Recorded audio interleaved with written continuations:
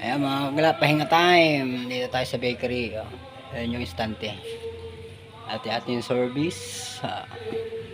Pahinga tayo dito sa tabi ng, ayan, tabi ng kalsada. Pahinga mo tayo kasi alas 12 pa. Bago lang kain.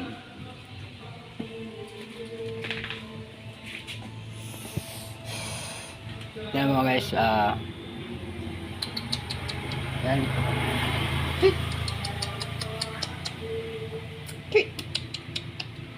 Na